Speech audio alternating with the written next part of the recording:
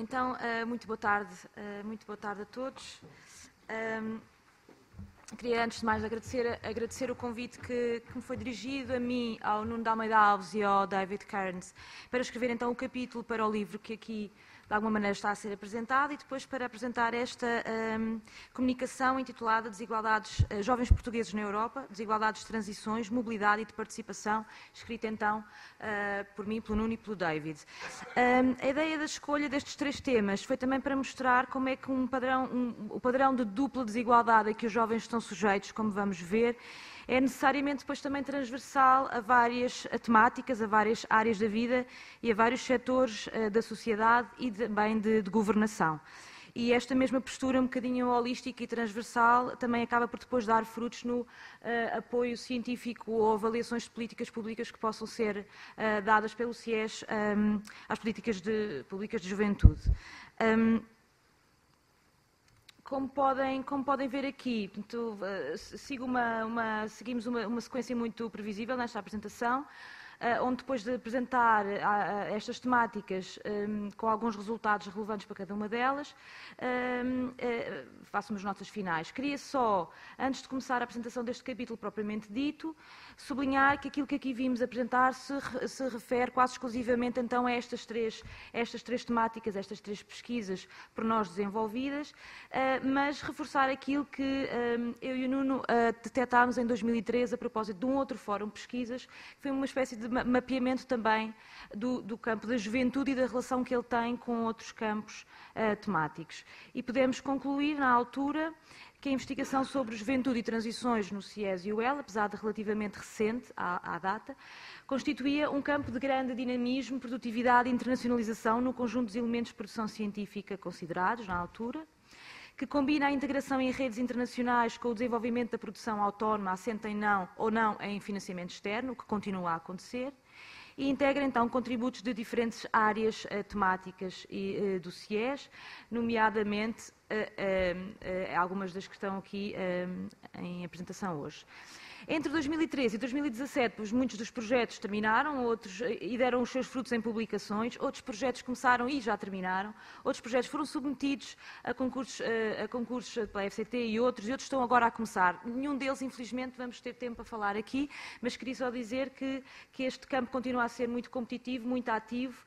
e muito heterogéneo nas temáticas que aborda. Considerem que o que vou apresentar hoje um modesto exemplo de todas as outras coisas que são feitas no CIES a este nível.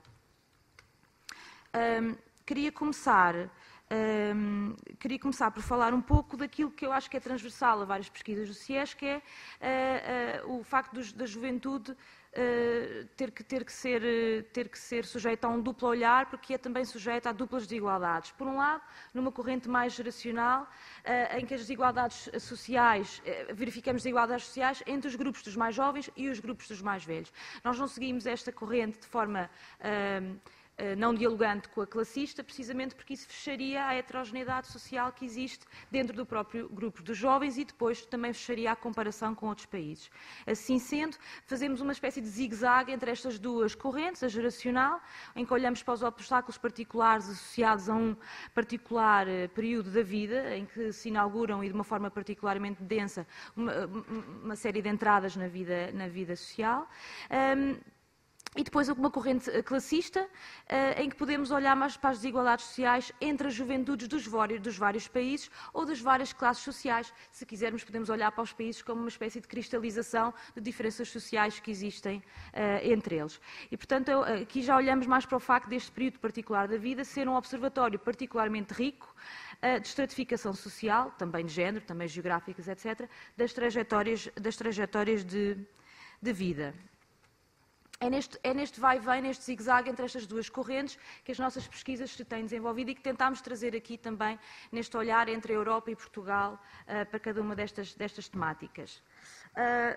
falo-vos primeiro daquilo que foi inicialmente a minha pesquisa de doutoramento, mas que acabou por ter uma continuidade depois mais extensa no tempo, e que usou os dados do European Social Survey de 2006, porque na altura tinha uma particularidade que entretanto já foi repetida, mas ainda não está disponível, de apresentar dados sobre a organização do custo de vida, portanto não sendo uma base de dados longitudinal, apresentava dados dessa natureza e, portanto, permitiu uma série de análises específicas nesse ano, que agora, felizmente, poderão ser atualizadas. Também havia uma componente qualitativa, que é, de facto, uma característica deste campo de estudos no CIES, que é este diálogo entre várias metodologias, mas aqui vou só apresentar a quantitativa, porque era para ela que tinha dados a nível da Europa. E então, quais foram os dois argumentos, no fundo, os meus dois pontos de partida, que não eram questões de partida, nem hipóteses de partida, mas eram um bocadinho premissas alheias de partida que eu queria desconstruir. E um deles era esta ideia de que existe um avassalador ritmo de mudança social e de destandardização das trajetórias para a vida adulta desde o início do século. A ideia de que há umas décadas atrás todas as trajetórias eram normativas, lineares, pacíficas, automáticas, as pessoas viviam quase sem pensar no que estavam a fazer, e que agora é um bocadinho o inverso, as pessoas pensam demasiado, agem pouco, cada biografia é única, singular, caótica, não há padrões a encontrar, o que torna o desafio para nós sociólogos um bocadinho mais complicado, esta ideia de que não há padrões para encontrar. Portanto, das trajetórias lineares ao caos biográfico. E o que nós verificamos, podia ter trazido aqui vários gráficos, optei por este, o que nós verificamos é que depois depende um bocadinho do olhar que nós, do olhar quase estatístico com que nós tentamos testar estas hipóteses. O que eu vos trago aqui é uma percentagem da categoria dos eventos desmultiplicados ao longo do tempo e dos países, já passo a explicar. Eventos desmultiplicados porquê? Porque parte da ideia de que esta premissa de que as trajetórias eram lineares era talvez mascarada pelo facto de elas serem simultâneas. Portanto, todos aqueles acontecimentos de vida que nós geralmente analisamos na transição para a vida adulta, saída de casa dos pais, entrada no mercado de trabalho, entrada na conjugalidade, ter filhos, etc., aconteciam todos ao mesmo tempo, num único momento do tempo, e a partir do momento em que eles começam a acontecer em tempos diferentes do tempo, dá uma ilusão de que a coisa se tornou mais caótica. Mas não quer dizer que não continua a ser linear, não quer dizer que eu primeiro não arranjo um trabalho, só depois saia de casa, só depois me junto com alguém, etc. E, portanto, é isto que está aqui, é a percentagem, no fundo, percentagem, e depois ritmo, porque analisei ao longo das gerações, de como é que essas transições se vão desmultiplicando ainda a vários momentos do tempo. E o que nós verificamos aqui é que, sim, existem padrões geográficos fortes, nós temos que os mais desmultiplicados, por assim dizer, não quer dizer que sejam mais caóticos, são de facto os escandinavos, seguidos pelos azuis centro-norte, pós-comunistas sul e depois Ucrânia e Rússia no final, e temos aqui o único que não está tracejado, que é Portugal, que de facto tem um ritmo muito desacelerado desta tipo de trajetória mais desmultiplicada. O que é interessante, não trouxe aqui este gráfico, o outro gráfico, o que é interessante é que mesmo para essas trajetórias que são mais desmultiplicadas, quando nós vamos ver o caráter mais normativo das mesmas, elas seguem este caráter linear. Quer elas se prolonguem no tempo, se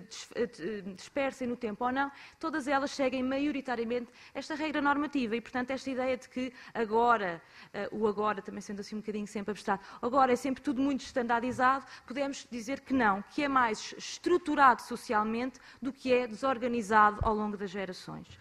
Um segundo argumento que quis também procurar, mas depois contrariar, é esta ideia de que os fatores culturais muitas vezes servem como explicadores quase totalitários das diferenças, das sequências e da natureza das transições para a vida adulta entre os vários países europeus, sendo que Portugal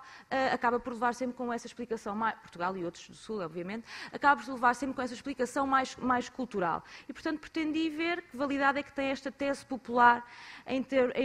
peguei na saída de casa dos pais porque era o mais evidente, em que medida é que que validade é que tem esta tese popular em torno da autonomia habitacional na Europa, de que os jovens portugueses saem mais tarde de casa dos pais do que os seus pares, devido a fatores culturais e de identidade geracional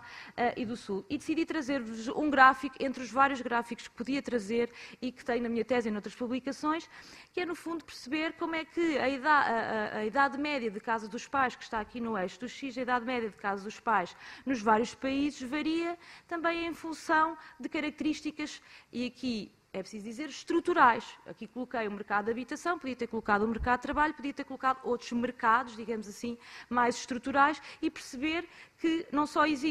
parece existir aqui uma tendência linear, como Portugal se encontra sempre, então, num grupo, tal como a Espanha, a Grécia, a Itália e outros, em que há uma conjugação de fatores estruturais que faz com que estes comportamentos ditos individuais, de saída de casa dos pais,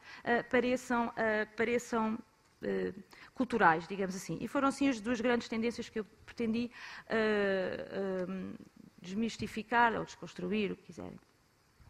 Temos outro tipo de olhar, que é o olhar para a mobilidade, não é? Que é um bocadinho partido aqui da saída de casa dos pais, mas pensando na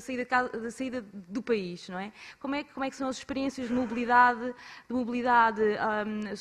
mobilidade geográfica ainda durante a frequência do ensino, nomeadamente superior? Eu falo-vos aqui desta pesquisa levada a cabo pelo David, International Student Mobility, a Socio-Demographic Perspective, em que, de facto, foi desenvolvida uma investigação qualitativa e qualitativa em vários países, o que também é um esforço, tem que se dizer, bastante grande, de desenvolver pesquisa qualitativa comparativa, que é muito raro e é preciso realmente muita coragem para conseguir fazer. O David desenvolveu esta pesquisa e, de facto, o que ele consegue concluir é que existe de facto uma grande importância. É muito importante estudar, então, a juventude portuguesa a partir desta participação no programa Erasmus, porque ela permite analisar aspectos como o desenvolvimento pessoal e profissional dos estudantes, mas também simbólico da cooperação intra-europeia, ou seja, como é que Portugal se consegue adaptar a estes programas europeus que são disponibilizados a outros países e de que forma é que dá resposta também em termos de participação destes jovens nesses mesmos programas. Passando aqui ao próximo ponto, o que o David também encontra é que, embora exista um aumento tanto dos estudantes Erasmus que vêm para Portugal, como um aumento dos estudantes Erasmus que saem de Portugal para ir para outros países,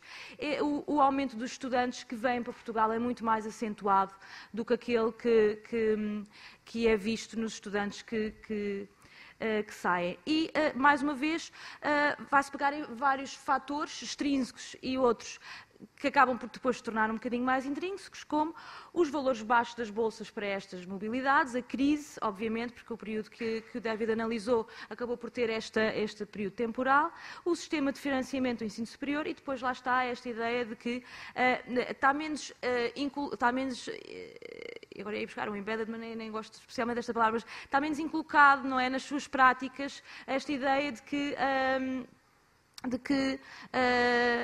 se pode sair de casa, se pode fazer saídas transitórias e que não é a ideia de sair de uma vez por todas, comprar casa e viver em família, etc. Não é uma saída, é uma mobilidade. E esta ainda está pouco se calhar, inculcado nas práticas e nas possibilidades dos jovens em Portugal. Falando agora da participação, uma equipa bem mais... Portanto, temos aqui 3 exemplos de pesquisas que são feitas de várias formas, com vários recursos, com equipas maiores, menores, etc. Mas que é assim que o campo da juventude no CIES tem, no fundo, desenvolvido. Há espaço para todos estes tipos de pesquisas. Este aqui foi desenvolvido pelo Nuno de Almeida Alves, pelo David Kearns, pelo Tiago Carvalho, Ana Alexandre e Tiago Correia, que não estão cá. Foi o projeto My Place, foi coordenado... Aqui foi levado a cabo com um inquérito questionário, entrevistas, focus groups e etnografia, portanto, vem aqui um festival de métodos que este projeto tinha, e foi desenvolvido mais uma vez em vários países, o que torna esta perspectiva também comparativa de Portugal com os outros países cada vez mais praticada aqui no centro. Mais uma vez, podia-se ter escolhido vários gráficos, optou-se aqui por um que acaba por ser ilustrativo. Isto é a autoavaliação do interesse pela política por localidade. Fez por localidade porque o Nuno depois terá a oportunidade, acho eu, de explicar melhor, mas a ideia é de que por país havia sempre 2 localidades com condições socioeconómicas bastante diferentes. Também para se poder então controlar realmente este tal vai-vem entre o que é que são as desigualdades sociais ali enraizadas. Estamos à procura de heterogeneidades entre os países, ou os países em si, eles próprios também têm essas heterogeneidades em termos, neste caso, da política, do interesse pela política dos jovens. E o que nós vemos aqui é que Portugal aparece aparece aqui em 2 entradas, no Lumiar, onde precisamente 50% dos jovens se dizem muito interessados ou algo interessados pela política, e bem mais abaixo aqui no Barreiro vocês encontram cerca de 34% dessa mesma percentagem dos muito ou algo interessados. E isto por si só... Vou aqui ler um bocadinho as conclusões mais gerais. No fundo, a abordagem quantitativa relativamente à participação política e eleitoral caracteriza habitualmente a população mais jovem como desinteressada, apática ou mesmo cínica. Mas o que este